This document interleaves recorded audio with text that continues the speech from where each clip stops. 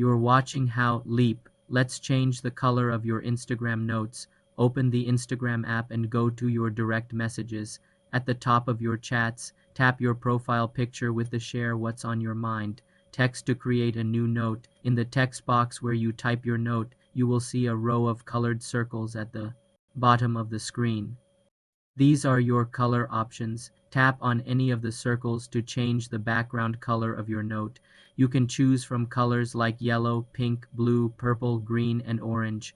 The text color will automatically adjust for contrast. After selecting your color, type your message. Tap Share in the top right to post the colored note. The note will appear above your chats with the selected background for 24 hours. For more simple computer tutorials, subscribe to the channel.